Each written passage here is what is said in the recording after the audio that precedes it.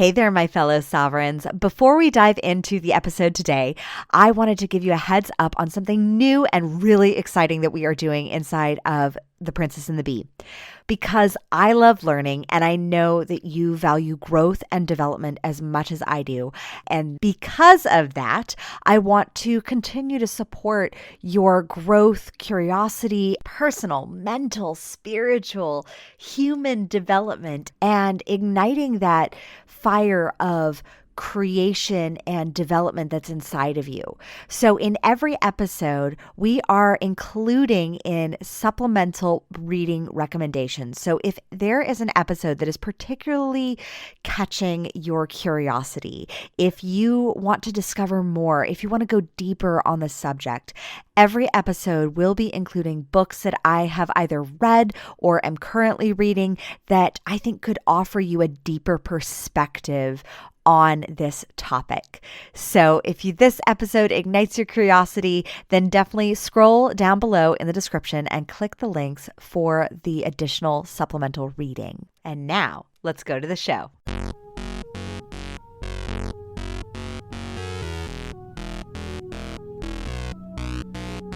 Welcome to the Princess and the Bee podcast, the place to be to build your empire as queen of your body, business, and life. I'm your host, Kimberly Spencer, founder of CrownYourself.com, and I'm an award-winning coach, Amazon best-selling author, and multi-passionate entrepreneur. Each week, I give you the systems, strategies, and success stories to help you master your mindset, communicate with ease, and triple your productivity so you make the income and the impact you deserve. Imagine this podcast as your weekly spark of inspiration as you take it to the next level with all the bees of your life. Body, business, bank account, boys, and babies. Let's make it rain. Hello and welcome back to another episode of The Princess and the Bee. I am so excited to be here with you today. As always, let's give ourselves a hot dose of gratitude for choosing content that uplifts and inspires and champions and challenges us to rise into our highest and best, to become the queens of our lives. And speaking of queens and having a kingdom, I personally want to, as you know, if you've listened to this podcast for a while, in the rapid fire section that I always ask any of my guests that I have on, I always ask, what is it that you define to be your kingdom? And for me, I define to be my kingdom as my sphere of influence. So it's not just my family, it's myself, it's my clients, it's my community, it's my podcast listeners, all of you listening to this episode. It is my impact. It is everybody who is following me on social media or anyone who interacts with any of my social media posts or content out there. It is my sphere of influence. And one of the things that has been growing is my capacity and my sphere of influence quite substantially in my personal life, with adding another very influential being, my amazing 4-month-old, oh my goodness, how is he 4 months already, son Colton. And I was on a podcast just the other day, and the podcaster asked me a question of, you're running a business with 2 babies under 5. Like, Declan's not a baby, he's a toddler, but we're still in that like kid, cute baby age also, where they're doing all the things with learning their own programming and whatnot. And I got asked the question that many women get asked, this question of like, how do we do it all? And the thing is that I don't. I don't do it all by any means. And one of the big myths that I want to take down first and foremost about the myth of doing it all is that like work-life balance is supposed to be something that is supposed to be achieved. Work-life balance, having balance is first and foremost, I don't believe in balance. I do not. I believe in harmony, and that is a very different concept than balance. Balance, what balance means is if you imagine balance like a scale, so you have a scale, and in order for it to be balanced, you have to take away from one side of something in order to balance it out so both are even. But let's say you have on one side, you have profit or your business success or your impact increasing. And the perception that you can achieve balance means that you have to take away from that in order to have like your life be balanced and be able to be present for your family. I disagree. I personally think that work-life balance is the biggest myth that keeps us stuck. And it also is a belief that keeps us stuck in some sort of achieving mode. Like it's something that can be achieved. And it can be, should you choose that to be your belief system. But I prefer focusing on work-life harmony. And why I say harmony is because balance is like a one-note symphony. No one would go to a symphony or a musical or a ballet and listen to a symphony that was just one note, or two notes that are balanced, that are just playing at the same time. That's not something that's appealing to the ears. What appeals to our resonance as humans is oscillation. What appeals to our resonance is because that vibrates literally with our oscillatory patterns as human beings. We have a heartbeat. It goes up and down. We have day and night. We have night where we sleep, day where we're awake. We have, ideally, we have this oscillation pattern. We are oscillatory beings because we are part of nature and nature oscillates. And so balance is not oscillatory. And so it goes against actually our nature as human beings. Harmony oscillates. That's why we go to a symphony. That's why we listen to music, because it has an ebb and a flow to it. There is, in some sections, the horns start blaring, and in other sections, it's the strings, or in other section, it's a deep beat of a bass. And so there is a oscillation of the pattern, allowing certain parts of the symphony to take the helm and to take the forefront and to take center stage. And then eventually those, you can't have the horns blaring for 2 hours without your audience going a little mind crazy. So it oscillates into the strings section, or it'll oscillate into some deep drums or something like that.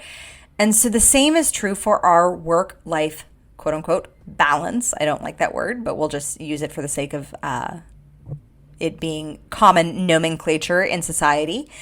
And that work-life balance, in what I really think most people are seeking, is harmony.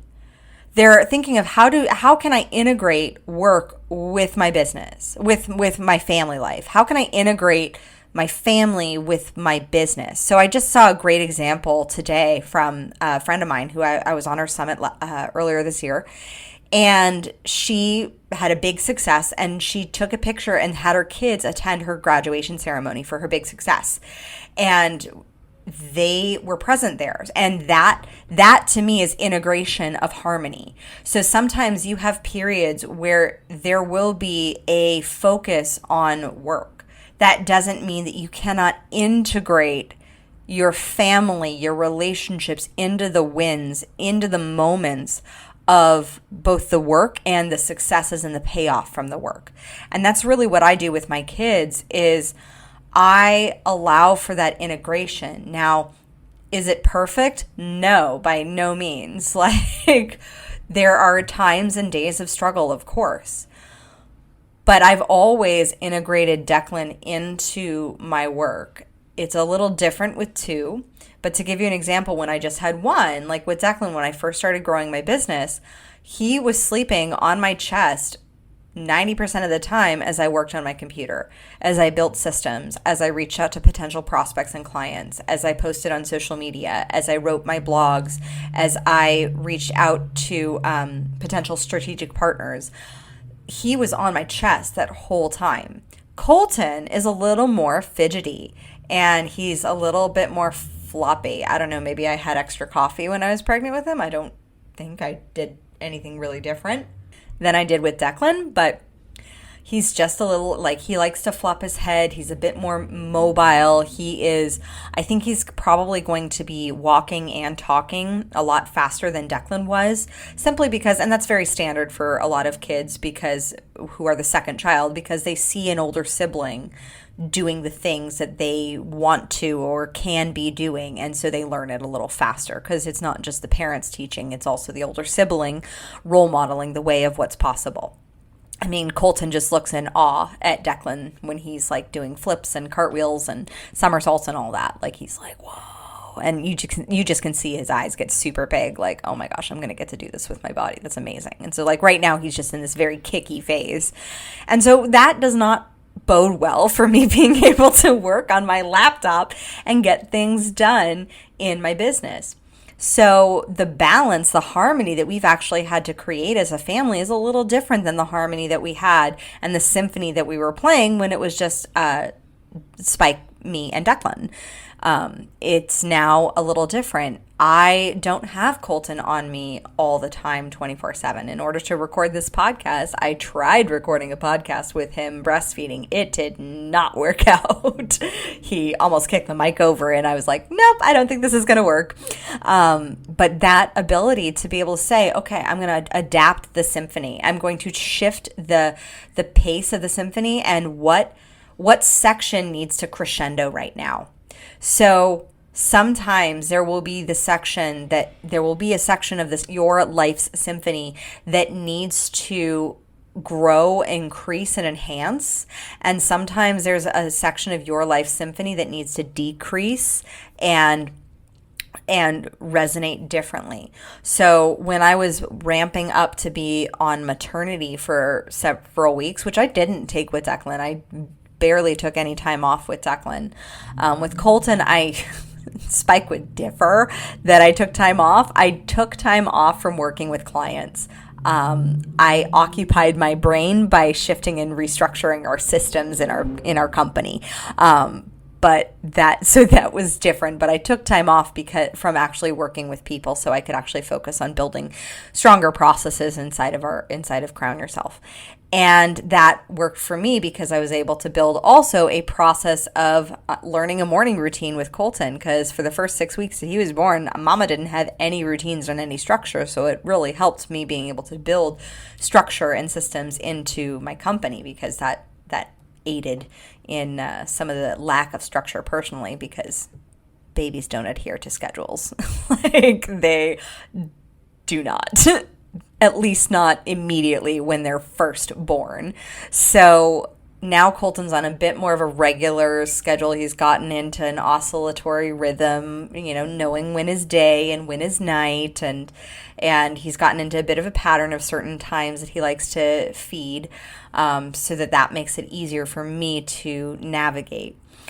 But during that period leading up to my maternity leave, I took the time to let the strings section of my family of leaning into trust and faith with my body and getting really deeply connected, instead of focusing on sales. And did that have an effect on my company? Yes. And did I also know that effect was temporary? Yes. Because it allowed me to also look at what systems and processes needed to be restructured so that wouldn't happen should I choose to have another child in the next, few years, which is possible. Don't know if it'll be in this country. I would love to have another baby in a country where they could be a anchor baby and receive citizenship. But that's a whole other conversation. Hey there, Queen. I hope you are loving this episode as much as I loved recording it for you.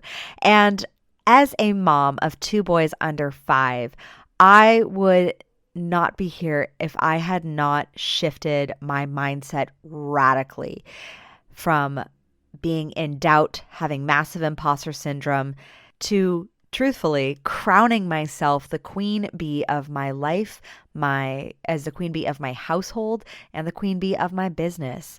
And that is what my Mompreneur Mindset self-study course is all about. This self-study course is not available anywhere else except on this podcast episode.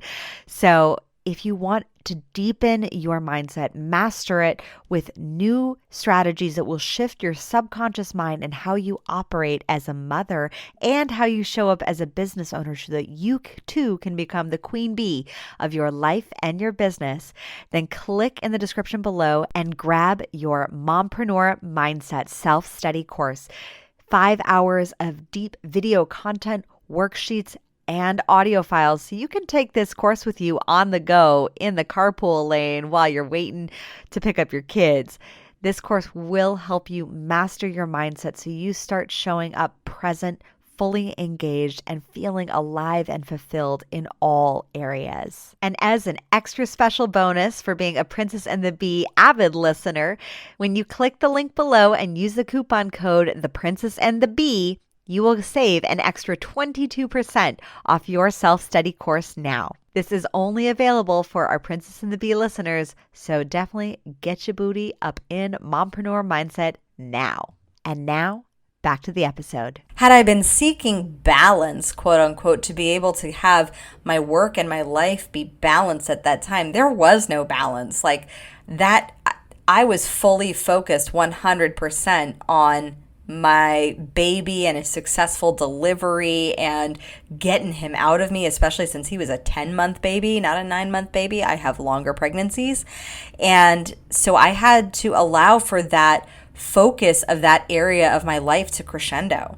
The same is true now as we moved out of into another season. Like when I got the TED Talk, I had 3 weeks to prepare for my TED Talk. I had 3 weeks to write it, rehearse it, prepare it, and then frickin' deliver on it. And that experience, that was an area of my life where I had to let that piece crescendo. So Spike was with the kids 95% of the time. I would, of course, stop to feed Colton and be with Colton and Declan from time to time, but Spike was primary caregiver for those 3 weeks and still is very much the primary caregiver in our family right now because my company is at a different place than it was 5 years ago. And so being able to acknowledge that and know that the symphony can change, that's what allows for the oscillation. If I was seeking balance, then that would mean I'd have to take away from the success that my business is having, or I'd have to take away from the time with my kids. And I don't like seeing it like that. I feel like that's a very scarcity mindset place to be in versus the overflow that can happen when you think of life as a harmony and working for you. And when you can think of life as a harmony and working for you, then there's an abundance of sound coming from all different sections. And sometimes that one section of your life, your family or your romantic relationships will need to crescendo. And it will be amplified because the other sections of your orchestra will be supporting it. So how I run a company with 2 babies under 5 is I acknowledge that even just on a daily basis, sometimes there are moments where my work will need to crescendo, and sometimes there are moments where my children will need to crescendo. Like if Declan gets an ow, ow, ow, then like that's something I have to focus on. Like just this week, I had a plan for my Wednesday work, which is typically my content creation work, to crescendo. And Declan the night before was crying because he had a really bad ear infection. So I took him to the doctor to get that taken care of. And so thus the mom life was able to crescendo. And I knew that my work would support that. And I knew that that was just a shift in the orchestration of my life. But I prefer to think of myself as a conductor rather than a scale. Because a scale, first of all, I've never done well with scales anyways. Like, hello, 10 years of bulimia. Like, I still am not the biggest fan of scales, though I am a fan of measuring moments and having that data to give you the feedback as to if what you're doing is working. But when it comes to orchestrating life, I so prefer to think of it from being the conductor than being in the state of looking to remove success from one area in order to achieve balance. I disagree with the metaphor. I think that it is one that perpetuates scarcity. And I think that if we can all start thinking of life as an orchestra, of allowing, is this a part of my life that needs to crescendo right now? Does my work need to decrescendo?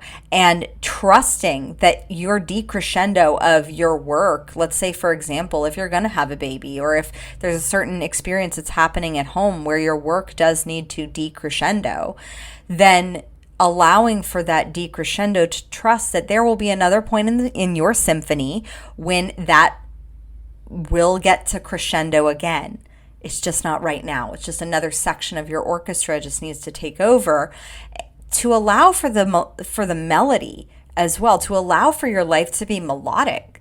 Like, melody isn't just one note. It's mellifluous. It's fluid. It flows. And so to achieve that state of flow, that comes from having a different experience with what are the metaphors that we're using in our life. If we're using a metaphor of balance, then the problem is our subconscious mind speaks in metaphors. And so if you're seeking for balance, if you're seeking to achieve balance, what happens is that your subconscious mind is thinking of it like a scale. So what does it need to remove that's something that's going really well in order for you to have that balance of mediocrity? Hell no. No, thank you. That is exactly why I choose not to believe in balance. I choose to think of orchestration. And because of orchestration, that's telling my subconscious mind a very different story.